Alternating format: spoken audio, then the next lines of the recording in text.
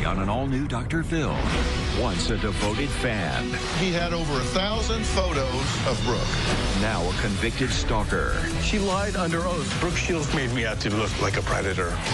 You parked outside Brooke's home and wrote her name on your car's window. You won't believe his shocking accusation. Do I think Brooke is the cause of my sister's death? Yes, I do. That is not rational. I'm not delusional. Let's do it. Have a good show, everybody. Here we go. This is a safe place to talk about hard things. Stand by. We'll count you down. I try to be an emotional compass and point you in the right direction. 5, 4. I am not giving up on you.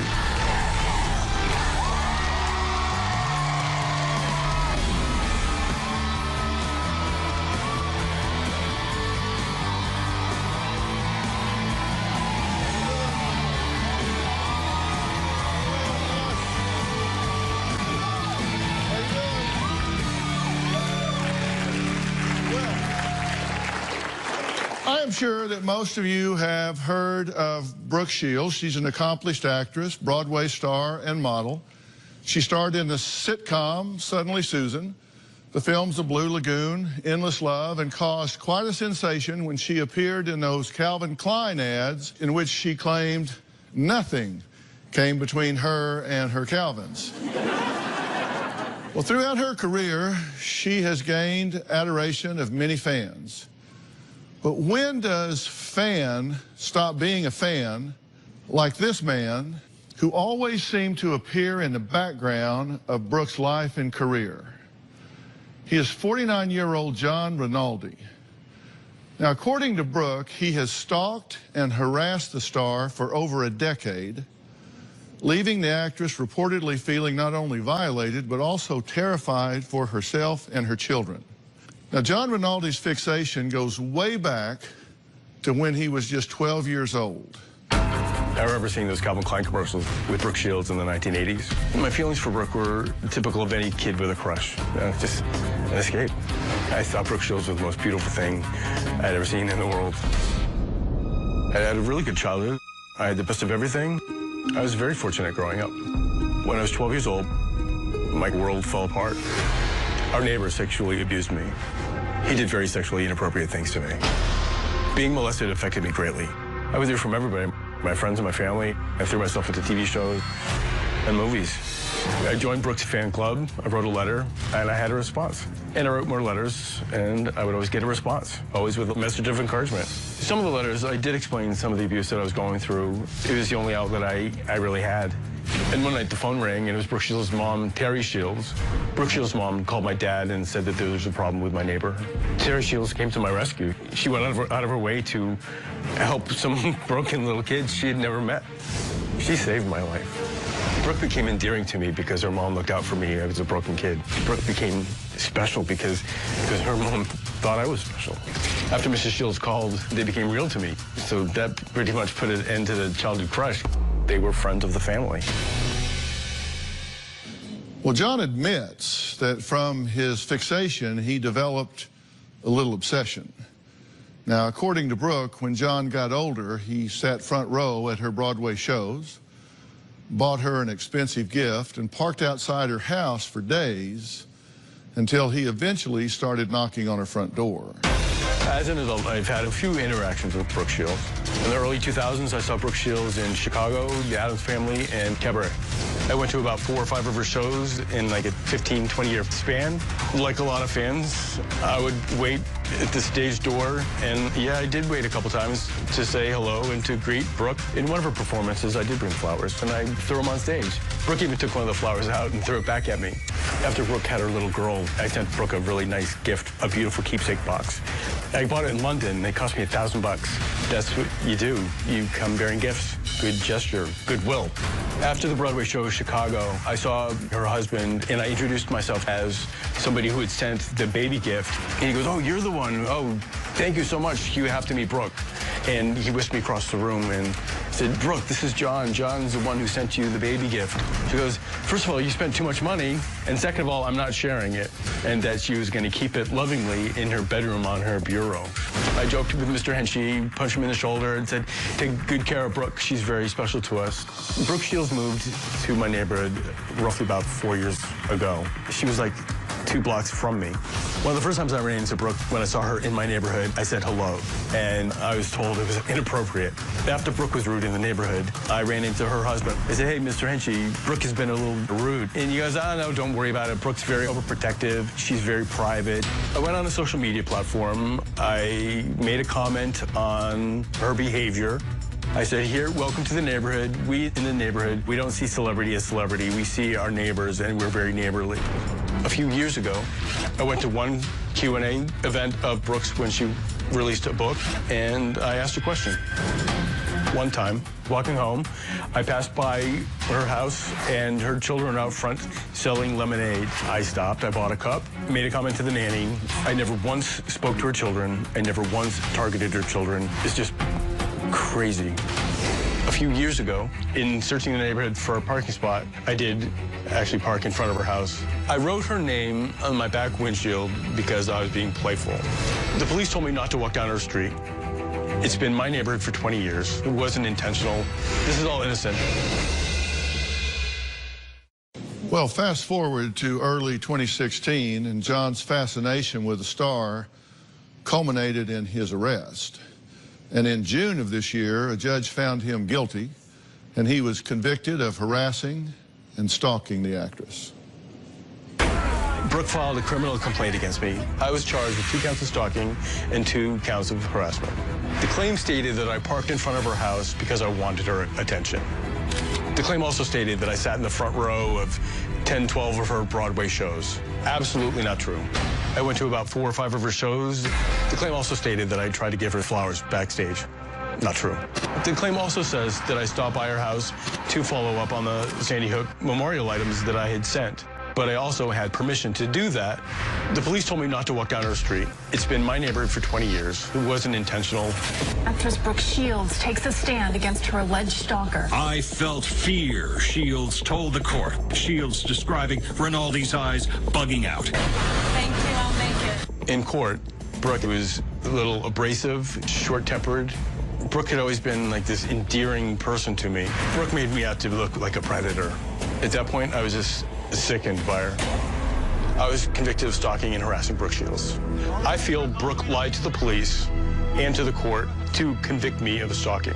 The sentence was 60 days, and I ended up spending 28 days in Rikers. I'm 100% innocent. I did not ever stalk, harass Brooke Shields.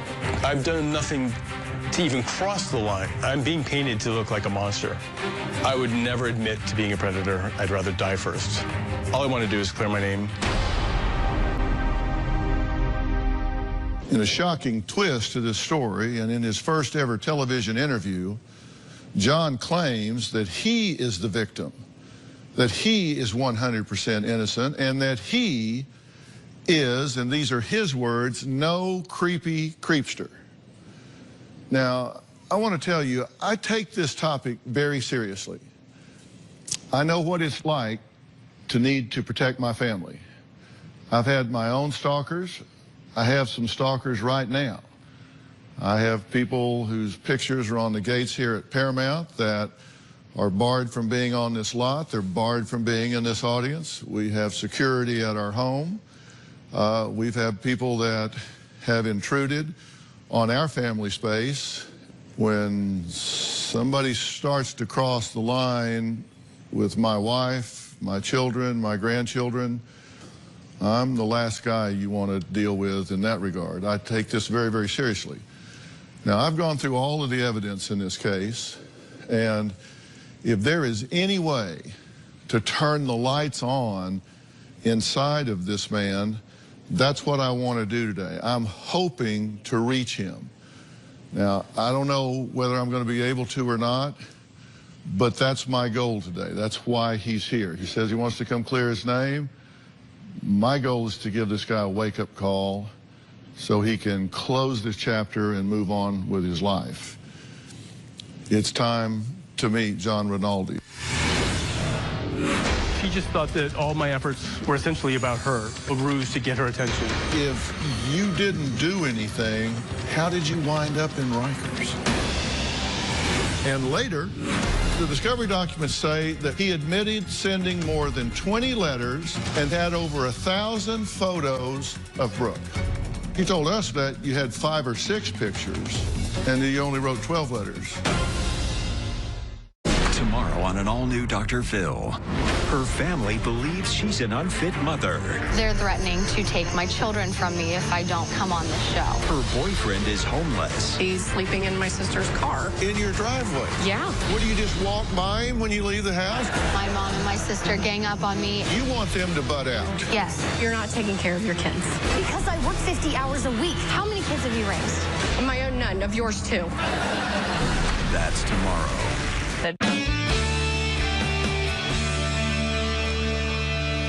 So, John, I'm glad you're here. You have a lot you want to say. You have a lot you want to go over, right? I do, sir, yes. You spent some time in jail this summer. I did. You spent some time at Rikers. I did. That's not a fun place to be. It was bad camp. It wasn't bad at all. It was just bad adult camp. Yeah.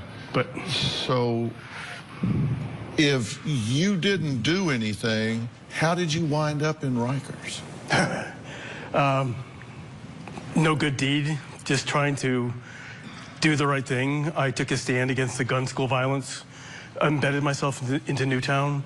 A town official introduced me to one of the families. When the memorial came down, everything was going to be destroyed. And we thought that there had been already too much loss at that point. So okay, well, you're talking about Sandy Hook and the shooting there. Yes, sir. But you wound up in jail about Brooke Shields. So to fast forward and connect this all up, your idea was to collect a lot of the stuffed animals that were at the memorial in Sandy Hook, and you were going to adopt those out to celebrities right. that were going to keep these stuffed animals for a period of time and then redistribute them later on in some way, which I'm not sure I understand how all that would work. But in one of your ideas was that Brooke was going to be one of the people you would approach to do this. Right. So how did that go from you winding up in court and getting charged, accused, and convicted of harassment and stalking? I saw her nanny. I got permission to drop yes, sir. some of these off? Yes, sir. And so you did? I did. All right, what happened then? She viewed them as toys, and she questioned the legitimacy behind the efforts with Newtown and Sandy Hook. And so she just thought that all my efforts, you know, the 18 days that I ended up standing in Newtown were essentially about her. They made everything that I was doing about her, and all my being vocal about stopping gun school violence was about a ruse to get her attention. Somehow, that's what it was all about. Okay, and you say you sent a box with a professional form letter and all explaining what all this was about. Very specifically. And it wasn't clearly. Just to Brooke, there were others involved. Right, there were. But they personalized this, or Brooke personalized this and took offense to it. Exactly. And listen, I'm trying to keep you on point and not go down rabbit trails here, because I want to have you give you a chance to talk about the important things that led to you being incarcerated. I'm trying to help you here. Of course, I'll stay focused. I've lived in the same cities as she has for like 28 years. The only time I've run into her was when she moved 2 blocks next to me. I was at a coffee shop doing some work. Somehow I was outside and she'd walked by me. And so I casually mentioned, hey, you know, I park up on your street. I hope you don't mind. It's a great parking spot. Took me 45 minutes to get it. Let me know if you'd like it. Well, she just quickly brushed by me, went home fine. This was after the stuffed animals? This is after the stuffed animals. Okay. Had you already been told that the stuffed animals was an offensive? No, I was only told it was an offensive when she called them toys in court. Okay. So that was offensive, you later found out. Then she brushed by you then on the street. Right. And so you knew something was wrong then. Honestly, I didn't take time to even think twice about it. Really? Okay, but so fast forward, you wound up getting charged in court. Right. And the charges that you had in court were 2 counts of stalking in the 4th degree, right, 1 count of harassment in the 1st degree, 1 count of harassment in the 2nd degree. Right. And this basically means the defendant intentionally and for no legitimate purpose engaged in a course of conduct directed at a specific person and knew and reasonably should have known that such conduct was likely to cause reasonable fear or material harm to the physical health, safety, and property of such person. Such conduct consisted of following, telephoning, and initiating communication and contact with such person, and the defendant was previously clearly informed to cease the conduct. The defendant intentionally and repeatedly harassed another person by following such person in or about a public place. So that's their definition, right, of the things that you essentially were convicted of. Convicted of, yes. Okay, now that's a big leap from what you're describing. John says he was nothing but friendly to actress Brooke Shields, but she claimed in court that John had gone beyond being a person that followed her career. We're going to find out more of what the actress and her attorney said and give John an opportunity to explain his point of view when we come back.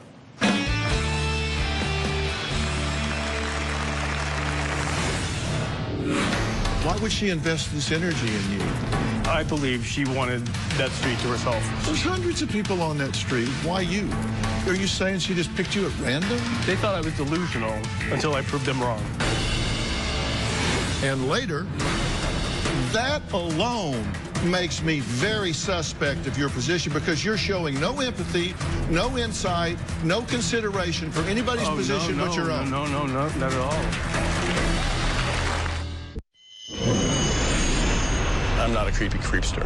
A creepy creepster is somebody who's a predator. In my mind, a stalker is a criminal. Stalking is very much similar to sexual assault or predator behavior. I'm not the creepy creepster stalker that they're trying to make me out to be because I'm a child advocate and it goes against everything that I stand for. If I even registered on her radar as a person of public interest, then she would never been engaging.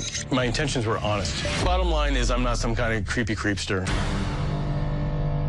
John Rinaldi recently went on trial in New York City after being accused of stalking and harassing actress Brooke Shields.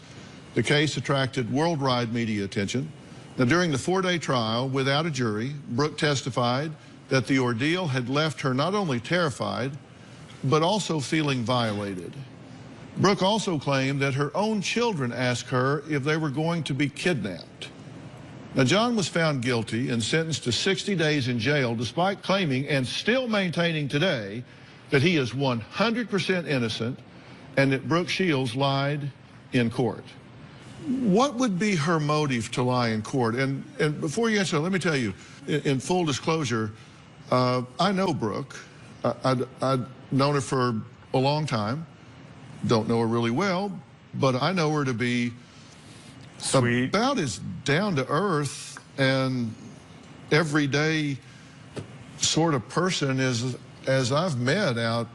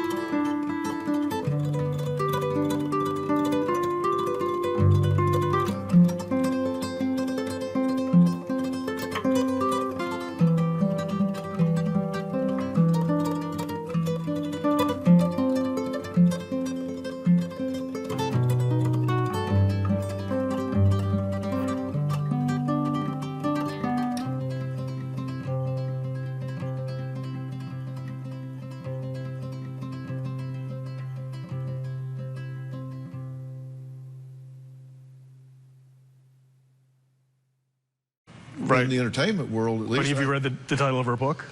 What's the title of her book? There was a little girl. When she was good, she was good. When she was bad, she was horrid. And then she discusses herself being a Jekyll and Hyde. Why would she lie? Why would she go on the witness stand and lie? Why would she even invest the energy? What would be the point? She thought, and like they testified in court, that all this efforts around Sandy Hook and my involvement with child advocacy and trying to stop gun school violence was all a ruse to get her attention. She then went to the police station, filed the 4 charges. I understand what she did. I'm asking you, why would she, frankly, why would she care? I mean, why would she invest this energy in you? Because she wanted the area, I believe she wanted that street to herself. I believe she lied because There's hundreds of people on that street. Why you?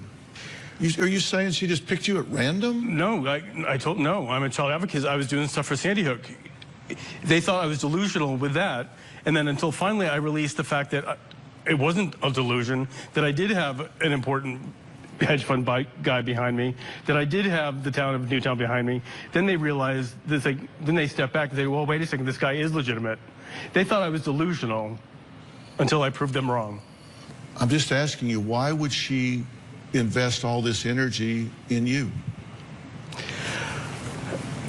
Sandy Hook, no Sandy Hook, what the I have no idea, and that's the question I would love to know myself. Let's go over a timeline of your behavior. From age 12 to 17, you say you had a crush on Brooke, and you fixated on her to help cope with being sexually molested. You admit that this is right. This was a difficult time in your life, and you focused on her. And you had a crush on her at that point. Well, yeah, I wouldn't say 17. It was more like towards 15 or 16, however old I was when her mother called our house. Okay. When she became real, then obviously the crush stopped because it was inappropriate. Well, okay, I would change that, but I'm not that tall. No. Okay. Now, this is 79 to 84.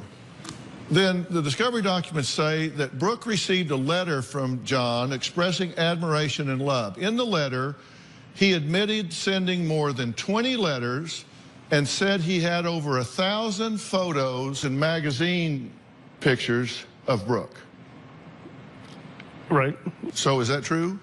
I don't remember how many, but yeah, I was pretty... Well, 1,000's a lot. Yeah. So was it 900, 800? No, it could be. I have 1,200 pictures of my little boy on my phone, so... Yeah, I don't know. Give me your estimate. I was a stupid kid. That was my only little escape. I don't know what I collected at the time. So maybe it was 1,000. You didn't dispute that in court. Yeah, but it was whatever it was. Because what you told us when we talked to you is that you had 5 or 6 pictures and that you only wrote 12 letters. If I said anything, I would have admitted to not knowing the precise amount. 12 letters, 20 letters. I know. I think the relevant part was this is 83. So this all ended when Mrs. Shields called the house.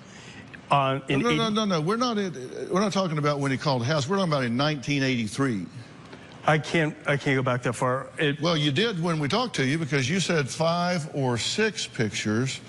But up here, we're talking about 1,020 letters. I'm just saying. Well, having 1,000 pictures in a box is different than a few pictures up on the wall. You reportedly stopped by police in your father's stolen car on the way to see Brooke with a Colt .357 revolver and a box of ammunition.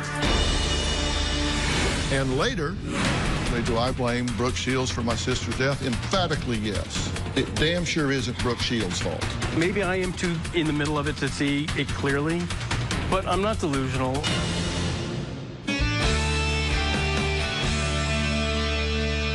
All right, 84. According to Discovery, you reportedly stopped by police in your father's stolen car on the way to see Brooke with a Colt .357 revolver and a box of ammunition.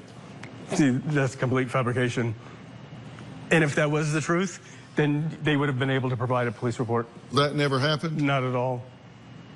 I did steal my father's car after he punched my mother and punched me in the face, but I went to upstate New York. How did crazy. they know that you stole your father's car? Good question, because my father called Mrs. Shields because they had developed a friendship, and my father said to Mrs. Shields, is like, you know, we can't find my son. Well, why would they call Mrs. Shields? My dad thought maybe I was going to Princeton or something. Why would he think that? I don't know. Because could it be that you had 1,000 pictures and a fixation on her at that time? Or the fact that Mrs. Shields had called and befriended him. Okay, then according to court documents, Brooke appeared in 3 different Broadway shows during this period, 03, 06, and 11, and that they observed you sitting in the audience approximately 10 separate times and handed her roses and letters at least one of the shows. And you say, no, I saw Brooke in 4 shows. He actually said 3 or 4 shows, and gave her flowers on stage after 1 performance. I didn't see all of her shows. So okay. that was just fabrication. Then in March of 2013, according to court record, Brooke's husband told John his actions were scaring his wife and children and he should stay away from their home. This is on March 4th, 2013. Right. Now, do you remember that? Well, in Discovery, like I said, it reads an entirely different way. I did have a conversation with Mr. Henchy. It had nothing. He never once said I was scaring her. He never once said stay away from her home. That was when they went through and they took snippets and pieces of social media and things that I had said in like a letter to her agent or publicist, and they recreated the past. So your position on this was you deny any such conversation happened with Brooke's husband. According to court records, they say you attempted to hand her something on the street for her daughter. You say that you attempted to give Brooke a silver heart-shaped picture frame containing a picture of her aged 2. That her mother had sent to me, yes. Right, all right. And then according to court records, you visited Brooke's house, and you say that you went to Brooke's house to drop off stuffed animals related to your charity cause, and that you had permission from the nanny to do that. Yes, I did. Then May of 15, according to court records, police saw you outside Brooke's home on the way to Starbucks and told you that you were scaring Brooke, not to contact her and stay away from her and her children. The police did tell you that, right? They pulled me out of Starbucks. I didn't remember.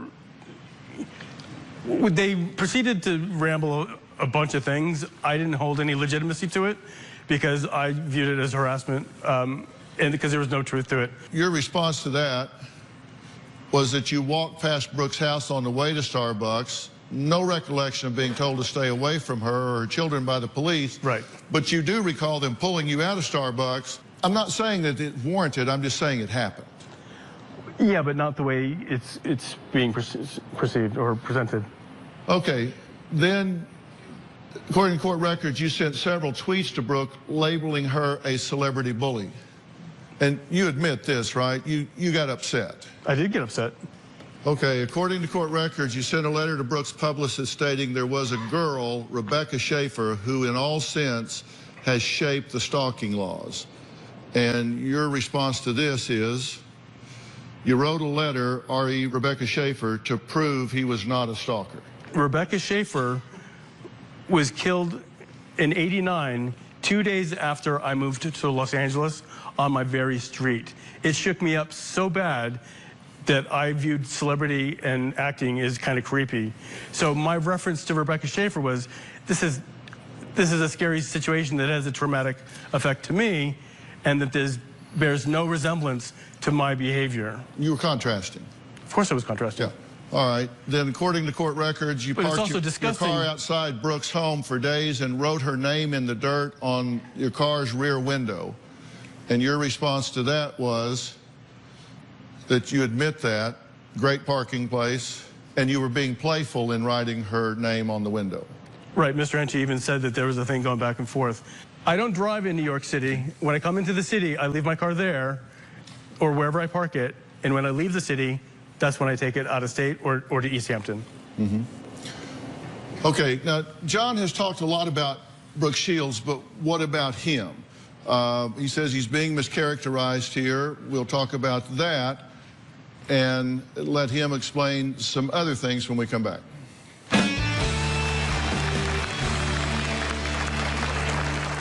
Tomorrow on an all-new Dr. Phil. Her family believes she's an unfit mother. They're threatening to take my children from me if I don't come on the show. Her boyfriend is homeless. She's sleeping in my sister's car. In your driveway? Yeah. What, do you just walk by him when you leave the house? My mom and my sister gang up on me. You want them to butt out? Yes. You're not taking care of your kids. Because I work 50 hours a week. How many kids have you raised? Of my own, none. Of yours, too. That's tomorrow. I know a lot of celebrities. Living in LA, New York, I know a lot of important people that are doing a lot of important things. I went to dinner with Madonna and Carlos. Go into the coffee shop and you bump into Jake Gyllenhaal. I knew Stanley Tucci from my gym in LA. I worked out with Hugh Jackman at my gym in New York. For me to stalk Brooke Shields is just stupid. Living where I live, in the work that I do, and the places I go to, I've been around the inner circles for 20, 30 years. So for Brooke to think that I'm stalking her is really kind of ludicrous. Now, from Madonna to Hugh Jackman, John claims to have dined with or met many famous celebrities, so he says he cannot understand why he was convicted of and jailed for stalking and harassing movie star Brooke Shields. When you look at the timeline of events that we've just been through, and we take even your version, the most conservative version of the events that have gone by, this is not coincidence. Of course it is. This is something that someone might consider to be intrusive, that someone keeps turning up, that someone keeps crowding into their space, someone keeps injecting to the point that they're getting uncomfortable. Why would you not want to avoid even the appearance of impropriety? Well, see, this is good. You just said, why did she target me, or why did she make such a fuss with me? Her perception is, like you said, I've lived in the same cities since '89 in LA, '95 in New York. The only time I've run into Brooke is maybe 3 times in public when she moves 2 blocks next to me. So there, you just answered your own question.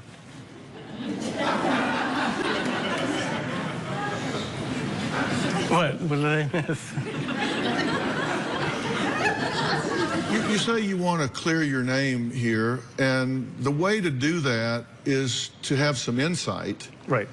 And you're saying that there's just no side for Brooke Shields and her family here. It's only your side. That alone makes me very suspect of your position, because you're showing no empathy, no insight, no consideration for anybody's position but your own. No, not at all. I've avoided it. No, not at all. I've avoided the city altogether. You're not hearing me. Let me try again. Okay. Insight. Yes, sir. Is the ability to step out of yourself and look back with some objectivity and evaluate yourself. Empathy is the ability to stand in another person's shoes and feel what they feel, understand their experience of things, instead of behaving in such a way that they feel like they need to go to court and publicly bar you from their space. Now, you have to understand that you have some ownership in that. And if you fail to see that, then I'm really starting to look at this through their point of view. I can see your point, to a point. It goes even deeper. It goes even deeper. There were false charges made about me. Now, if you read these reports, oh my God, I'm the monster that Miss Shields thinks I am. But I would not willfully, intentionally cause undue stress to another human being. My attitude about it is, if somebody starts making my wife uncomfortable and they see her coming, they better, by God, turn around and go the other way. They need, if they're in a restaurant and she walks in, they better get up and leave. Good. That's exactly how I feel about it, and I think I'm entitled to that. You don't bother my family, you don't bother my wife, you don't bother my kids, you don't bother my grandkids, and if you do, you're going to have a lot bigger problem than you had with Brooke Shields. And I'm just telling you that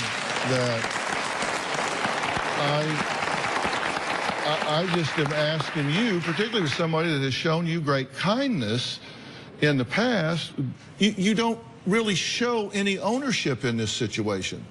What, do I move out of my neighborhood? No, John. Of course not. You are entitled to the peaceable occupation of your home and to live in your neighborhood and do the things that you do. But that begins with respecting other people's space and allowing them to do the same thing. Of course. John claims that several well-known people supported his charity. So he does not understand why Brooke Shields would personalize this and think it was just all about her. So I want to take a closer look at that claim when we come back.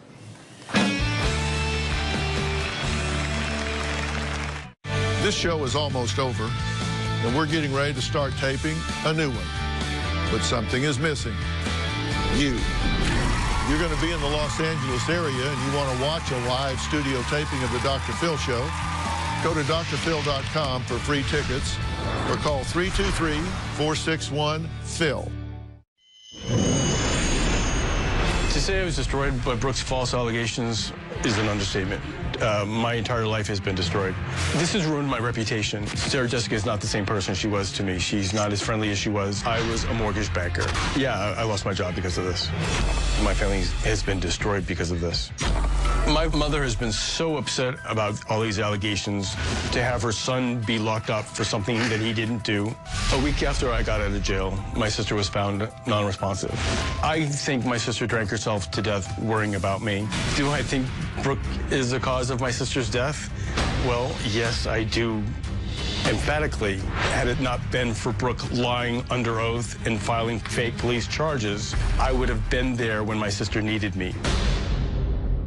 By the way, I'm very sorry about your loss. Thank you. With your sister. That's horrible. Was just terrible. But when I see you on tape, say, do I blame Brooke Shields for my sister's death? Emphatically, yes. If I didn't have to defend myself, I promise you, if we start unpacking your sister's life, whatever pathology led to that started way before Brooke Shields. Of course. Is much more but yet you say on tape emphatically she's responsible for my sister's death. That is not a rational statement. But if I didn't have to fight four false charges, and if I didn't have to defend myself, then I would have been there to take care of her when I always have been in the past. She lied under oath. You say you want to come here and clear your name. Behave in a rational way. Think in a rational way. To blame Brooke Shields for your sister's death, you shouldn't blame either one of you. Certainly not her. She was in a crisis situation. I wasn't able to go there. And I hate that for you, and I hate that for your sister, and I hate that for your family. But it damn sure isn't Brooke Shields' fault. I'm here because you're tough. I'm here because I respect you over the justice system. And yeah, maybe I am too in the middle of it to see it clearly, but I'm not delusional. I don't know if I didn't have to fight Brooke, if I didn't have to defend myself, then I would have been in Florida helping my sister when she was in crisis. I look for objectivity. I made a list of some of the comments that you've made about Brooke Shields to measure the degree of what I thought you were being objective or not. Brooke has sociopathic tendencies because she was made that way. Brooke lied to police and in court to convict me of stalking her. Brooke is the cause of my younger sister's death. Brooke has been bought and sold her entire life, and she has a hard time trusting people. Brooke is a liar and a manipulator. Brooke twists the truth. Brooke is a B-list star who can't even get a role. Brooke is a horrible singer and nobody wants to hear her sing. Brooke has no heart and I blame her for destroying my life. Brooke manipulates reality to fit her own need. Brooke is a sick person for comparing you to a predator. when I read those things and then you say Brooke should not have taken steps to protect herself from you. Because these were all after.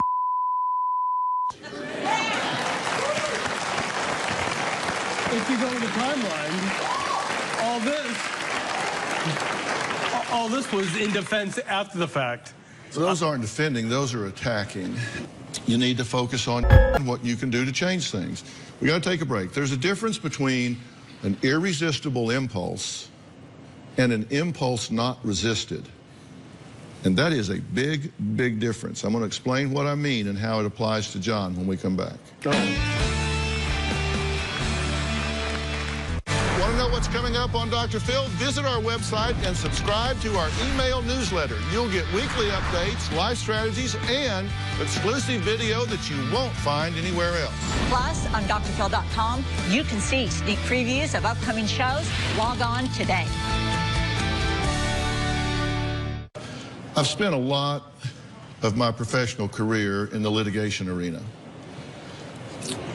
In a lot of different ways, sometimes as an expert witness, sometimes as an officer of the court, sometimes in determining sanity and insanity, and sometimes in a criminal case, I had to make a decision for the court or advise the court as to whether someone was acting on an irresistible impulse, meaning it was involuntary, this was irresistible impulse, or it was an impulse that they just chose not to resist. And when it's an impulse not resisted, that means that the person knew the difference between right and wrong. They ignored that and chose to act on that impulse anyway. They chose to do what they did anyway. Now, I choose to believe that you're dealing not with an irresistible impulse, but an impulse that you can resist. You have a tendency to characterize things in a subjective way that aren't always validated by the rest of the world. To say that you have no ownership in this conflict is just absolutely wrong and impossible, and it makes you seem really non-credible. Right. You say, this ruined my life. No, it didn't ruin your life. This got off track. I'm gonna hit the reset button, and if I see them coming, I'm gonna make a 180 and go the other way. I do. Thank you. And I'm gonna take her name out of my vocabulary. Already have. And as far as anybody else is concerned, I'm gonna live my life. If somebody invites me somewhere, maybe I'll go, maybe I won't, but I'm not going to insert myself. I'm just going to do my work and try to create some value in this life. Yes, sir. And I better not see you parked outside of my gate. I'm just kidding. But put this behind you and move on. Don't let this make you bitter for the rest of your life. Put this behind you. It's over. But you can't file. Yes, sir. Log on to drphil.com and share your thoughts on our message boards. You can also find me on Facebook and Twitter. We'll see you next time. John, thanks so much.